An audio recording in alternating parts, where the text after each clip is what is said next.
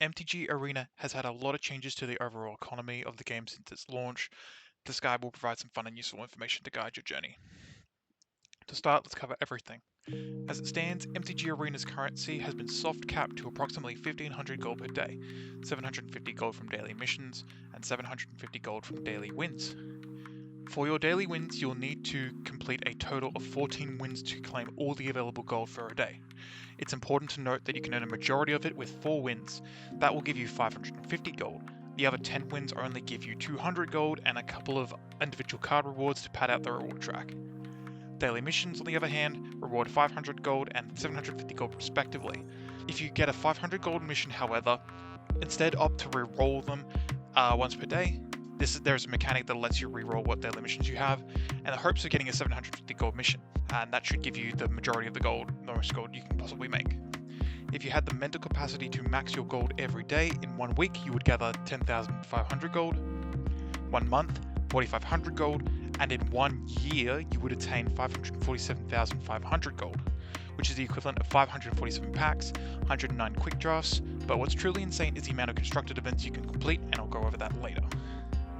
The Battle Pass is interesting. The free track offers between 30 to 40 packs at the current set. They are stationed at every second level, and 2000 XP is required for 2 levels.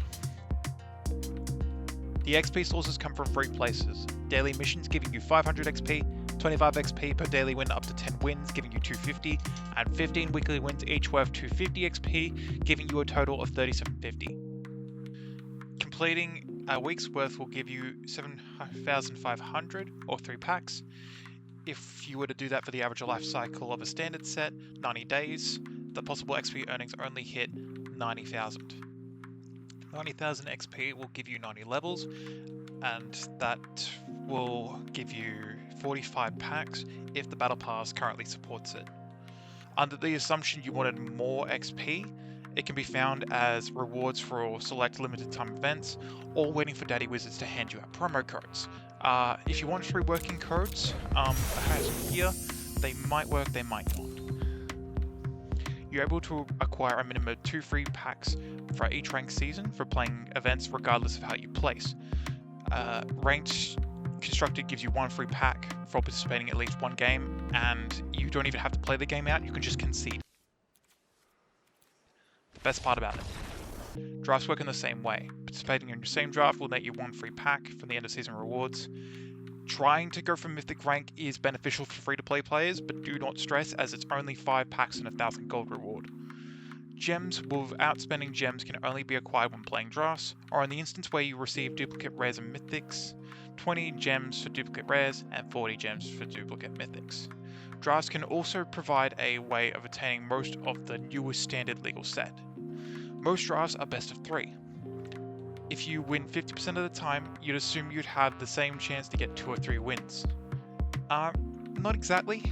After researching probability, I discovered that the percentage chance for getting 2 wins in 4 games is 3750.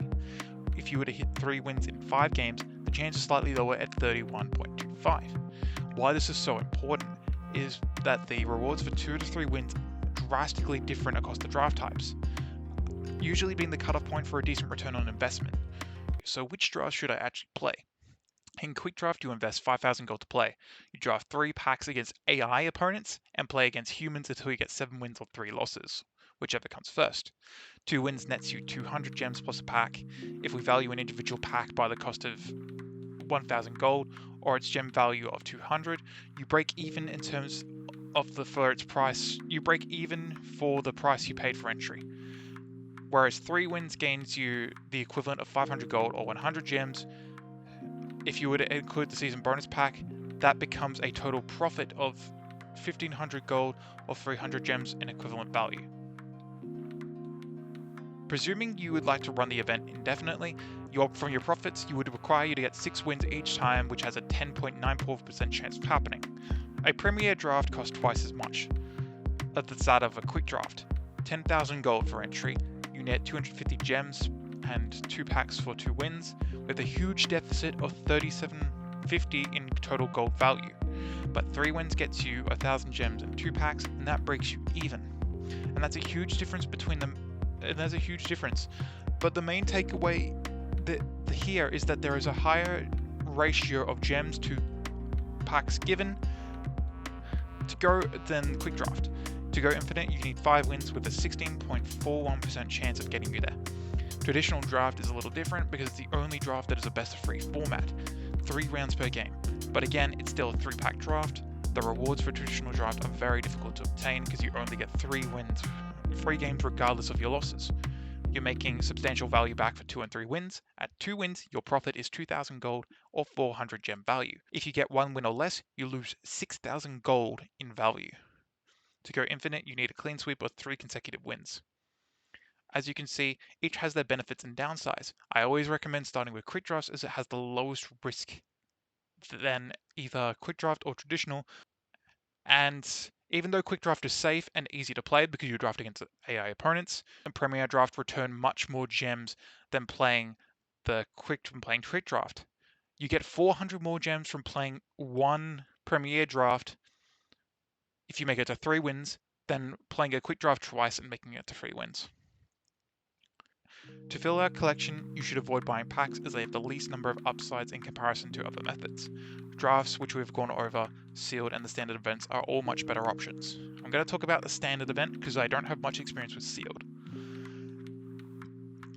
Standard events cost you 500 gold for entry, gain you 3 uncommon cards no matter what, with a chance of getting one of those more uncommons being rare or mythics from any of the current standard legal sets, including the ones about to rotate, which is a little bit sad. If you want, you are also refunded an amount of gold equal to your wins, 300 gold for 2 wins and 400 gold for 3 wins. The biggest downside is there is no duplicate protection. You can and will get cards you already own 4 of, so it's more of an effective method the smaller your collection is. The starting rate for getting a rare or mythic individual card reward starts at 5%. The chance for your 5% chance for your first card. The other 2 have a 1% chance of being a rare or more. The benefiting factor of playing constructed event over just straight up buying packs is that you're receiving all uncommon rarity cards or higher instead of commons. I'm going to give you an example using some generous approximations and percentages. If you were to amass 1 month's worth of gold, 45,000 gold, and were always able to make it to 2 wins each time in a constructed event, you could choose to enter that event exactly 90 times, acquiring approximately 261 uncommons and 9 rares, additionally repocketing 2,700 gold. 9 rares isn't much, but with the remainder gold we can reinvest that straight back into the event over and over, 222 times total to be exact, with 22 rares and 638 uncommons. To put that into perspective, on a regular pack from the store costs 10,000 gold and contains 8 cards. If we spend 4,500 gold on packs instead, we'd be left with 45 rares, 90 uncommons, and 225 commons, 390 cards in total, less than if you were running the standard event. If you got 5 or more wins, you would start making a gold profit. This is the only way to break past the soft cap of 1,500 gold per day. According to a spreadsheet made by Chris Lee and remixed by HGG, if you manage to exceed a win rate of 57%, you can use it to start farming gold. You have the option to complete a traditional standard event instead, which I've never played because of the elemental thinking of sideboarding. The gold loss is 500 if you don't break 2 wins. Due to it being a best of 2 format and best of 3 format, you're not as likely to come out with a win rate comparable to break those 2 wins, and is only recommended for people who are good at the game. Sealed, whilst I personally never played it, is an effective method of spending your gems. The price for entry is 2,000 gems, but what's different about sealed than regular packs is the packs you get are bigger, containing 15 cards and 1 additional uncommon, the other 6 being commons. And that's a big help when you're building a collection from scratch. From both your pool and rewards you get 114 cards total. Because packs cost 200 gems, you get 9 packs and 200 gems from the event. You've already broken even just by entering. And due to the fact that your only thing for winning more gives you more gems, you can kind of think of it as a discount on the packs you just bought. For example, if I got 3 wins and 2 1200 gems pack, my packs would only cost me 87 gems per pack, which is insane. The daily deal usually only sells them around for 180 when they're on special. Just another reminder to keep an eye out for promo codes. They usually give you some XP, some decks, packs. There's a nomenclature for one that's always around, which is if you have the name of a set with the prefix of play, that will grant you 3 packs of that current set. And keep in mind it's for mainly standard sets and not for historic sets. One last thing is to mention that your duplicate commons and uncommons will go towards feeding the vault, a way to turn duplicates into wildcards. Not that it's a realistically viable option, and I want to go over this because this is the pitfall for most players. If you somehow manage to fill it up, it will reward you with 1 mythic, 2 rare, and 3 uncommon wildcards. How you fill it is with duplicate commons and uncommons. Commons are worth 0.1% completion, and uncommons are worth 0.3% completion. The Almighty Vault opens at 100% though, so you need to acquire 334 duplicate uncommons or 1000 duplicate commons to open it. That is horrifically unviable.